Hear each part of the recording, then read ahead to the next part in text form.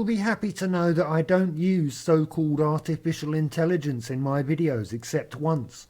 I don't care that generative AI just takes creative human endeavour and reduces it to a fancy copy and paste function because I don't believe in intellectual property. What I do care about is the huge environmental damage that every use of this white elephant inflicts upon the world. If you don't know much about the infrastructure required to support the generative AI platforms, then if you want your sleep to remain sound, relatively sound, less of a mess, comparatively bearable to the insomniac delirium you might be experiencing, I don't know how you people sleep. But if you want your sleep to remain as it is, then I humbly suggest you don't look into it. The infrastructure required to support AI is belligerent and accelerated climate catastrophe nightmare fuel. That fuel mainly being fossil fuel gas. It's the ancient wind powering the future our demise. But of course, why would I have any credibility railing against generative AI when, in my hypocrisy, I used it myself for a parody of the Law and Order monologue in my video Paw and Order? I might as well just take the spent oil from my vehicle's oil change and throw it squarely into the face of baby seal pups. That's how awful a person I am for using generative AI once. If Ed Zitron knew who I was, he'd hate my guts, wouldn't he? If you don't know who Ed Zitron is, then don't worry about it. Nobody knows who anybody is anymore unless you know, and even then, do you? And what it is, right, the point I'm clumsily trying to make, because I don't do rewrites anymore, so the point I'm trying to make is that we're all human and we're all slightly hypocritical at times, aren't we? If we're honest. But some things, dear viewer, go a bit beyond the pale. Welcome everybody. I am the air quotes comedian, a man whose idea of craft is something spreadable, and this is the Polemics. Welcome. An innocuous comment in a billionaire's birthday card. Hey Jeff, we sure do enjoy having non-consensual sex with underage girls, don't we? Happy birthday, my best mate. When certain people saw that, they said, how enigmatic and mysterious and not suspicious at all.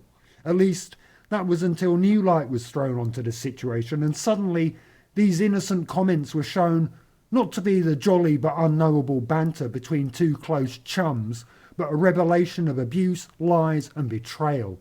The narrative shifts. Well, of course it's bloody obvious now you point it out. Jeff isn't his best mate at all, despite the inarguable evidence to the contrary. This is deeply troubling. We must have accuracy in the news. And that, dear viewer, is what the mainstream news and the people who lap it up feel like to me. Mainstream press missed the point like it's a fucking superpower. All the points they miss. If water drops was points right and they were in the shower, they wouldn't need a towel when they got out, except to cover their face, of course. Not for shame, but just because I can't stand their face. They're not ashamed at all, are they? And here I am in the throes of ecstatic Catholic-esque guilt over the 20 seconds of automated dialogue replacement I used in one of my videos. I wanted to see the environmental damage I had wrought, so I visited the area in a North American hardwood forest that had been cleared of trees so that my generative AI request would have enough fuel to perform its function.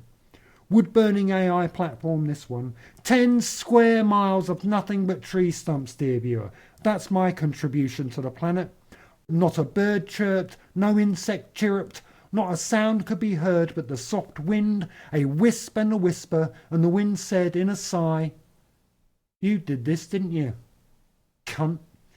And in the far distance of this desolate scene, another sound, the faintest, ghostly echo of Kylie Minogue singing, "I should be so lucky.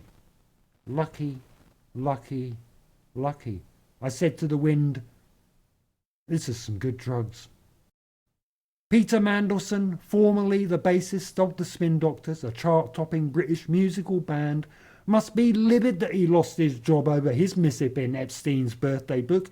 He's all like, "I've been spun round, baby, spun right round, like an apple tree right round." You might be thinking, That wasn't a song by chart-topping British band The Spin Doctors, Mr. Air Quotes Comedian, and you're right. It's a theme for this little bit. But I bet he's raging over the fact he lost the plum diplomatic job over his birthday card while everybody else who sent birthday wishes got a raise. I don't know why Epstein hung on to the cards anyway. Why didn't he just take out the money, pretend to read the message inside the card, and then put it in the waste paper basket? You know, normal operating procedure. These are deeply strange people, dear viewer. Very weird and sick. Mainly sick. Certainly my stomach is feeling queasy. This period's Hot Pocket. I said the right word, I assure you. This week's Hot Pocket is the Riyadh Comedy Festival, innit? I expect the likes of Bill Burr, Jimmy Carr. I always want to call him Jimmy Kerr for some reason. Louis C.K., Dave Chappelle and Jack Whitehall will all be fine. Any backlash quickly dissipated. The truth of the matter is that by and large, the majority of people don't give a fuck, so why should they? I could waste my time railing against these comedians, couldn't I? Insult them, mock them, but really, they're just maggots, supping on the garbage slime that moulders on the House of Saud's sandals, aren't they? Did you know Abdulaziz al-Saud is a secret Zionist who can't parallel park? You know, when he's not too busy committing genocide against the Yemeni people. Allah looks down at him, doesn't he, and he says, "Oh, for fuck's sake, Allah, wash my hands of this. These strange theological and heretical alleyways al-Saud has gone down are not my Allah ways." House of Saud owned slaves, they murdered dissenters, and they did 9/11, and yet somehow the USA is still their ally. If a woman is raped in Saudi Arabia, she is tried as a criminal and usually caned in public. Now they have bought up cultural events in the West and are trying to adjust their image. From genocide perpetrating, backstabbing, untrustworthy cunts who you wouldn't fucking spit on even, to genocide perpetrating, backstabbing, untrustworthy cunts who you wouldn't fucking spit on even, who own the soccer now? It's a much softer and more acceptable image to us here in the West. We like the soccer and the Formula One and the golf and the funny people holding microphones. A handful of comedians taking their 13 pieces of silver hardly enters into it. Nonetheless, those comedians are dead to me, and I would accept no apology, nor will I ever stand to hear what they say ever again if I can help it, which you might think would cause me no small amount of logistical problems, what with the media landscape I consume. But, funnily enough, I hated them all already. The comedians who went to Riyadh, I hated them before they went and have already been avoiding them as a matter of course. I'm just glad there are certain people I didn't see on the bill. Milton Jones wasn't there, nor his many grandfathers. Stuart Lee wasn't there. They probably didn't even invite him. If you don't know who these people are, then don't worry about it. Nobody is anybody anymore unless they've been heard falling in the forest for a generative AI query. Disturbingly, dear viewer, I'm going through my list of comics that I like and finding that most of them are dead, like dissidents in Saudi Arabia. The House of Saud, like all royalty, are parasites feeding off of the righteous common folk. Basically, the House of Saud, like all royalty, could be cured with a hefty dose of ivermectin, but it hardly matters what insults I hurl, what truth I tell, because they won't even notice my dark aspersions. Not a cloud will trouble their day, will it, as it's always sunny at the House of Saud. I guarantee somebody came up with that pun before I did, if not many people. So it's not stealing, but I'm thankful I'm not in Saudi Arabia. So, yeah, I'd rather make a mockery of a tyrant king who secretly loves Israel and masturbates to the thought of dead Palestinian babies. I'd rather have a dig at them than even consider little Jack Whitehall with his pudgy little cheeks and the little twinkle in his eyes as he pats the Riyadh blood money that sits in his back pocket, a tidy sum I'm sure, the full 13 pieces no doubt. The difference between a small, pitiable man with a broken moral compass who is barely worth a thought compared to the apparatus and machinery of death and deprivation as exemplified by the House of Saud, the tyrant tapeworms whose word is worthless. Death upon them and their house. I, the great mage and sorcerer, I will be later when I make a wizard hat out of a newspaper, then I'll be the air quotes conjurer. Say it carefully, it's conjurer, and not what you might have misheard, and I'll cast a curse upon the House of Saud, and the House of Mouse while I'm at it. Fuck them for making Bomb Disneyland change their name. Piss on your fucking mouse. But anyways, I put a curse on them, and this is that. Hubba bubba double bubble, I cast upon you turmoil and trouble. Eye of alphabet, ear of fear, may bubble gum permanently clog up your beards. I call upon the mighty elements. Hydrogen, helium, we're gonna be here a while. Lithium, yep, settle in. May your servants put camel spit in your coffee.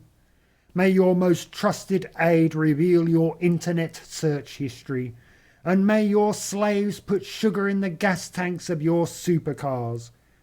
May every lick of the cane upon your victim's flesh be visited upon you tenfold, your cries for mercy roundly taunted and mocked by the people who survived your degenerate tyranny, and for those you murdered, death against you also. In the name of fictional entities I demand it, I author it. Abracadabra. Yeah, I don't know much about magic. I mean, I know how the mighty wizard Paul Daniels chopped a person in half and put them back together again, but I don't know what occult magic he used to get the children's television show Whizbit on the air. Like I say, I don't know much about the forbidden arts. And if I did know a lot about the forbidden arts, I'd say something like, I don't know much about it, mate. My denial becomes affirmation of the forbidden, and I'm headed to the stake nonetheless. Well, that's the logic of the Saudi legal system, I suppose. If you don't know who Paul Daniels is, that's magic. Before I sign off, I better just let the General Intelligence Presidency know that I'll mainly be hanging out at Nigel Farage's gaff. Not the one in Clacton, obviously, but mainly I'm staying wherever Nigel Farage is, and that's where I can be reached. Just wanted the GIP to know, in case they wanted to deliver a care package to me for my dedicated promotion of their regime. I'm gonna die, and on that, Partridge, I say, don't like the video, or they'll come after you too. Don't subscribe to the channel. Mossad doesn't like it. And thanks for watching. Good night.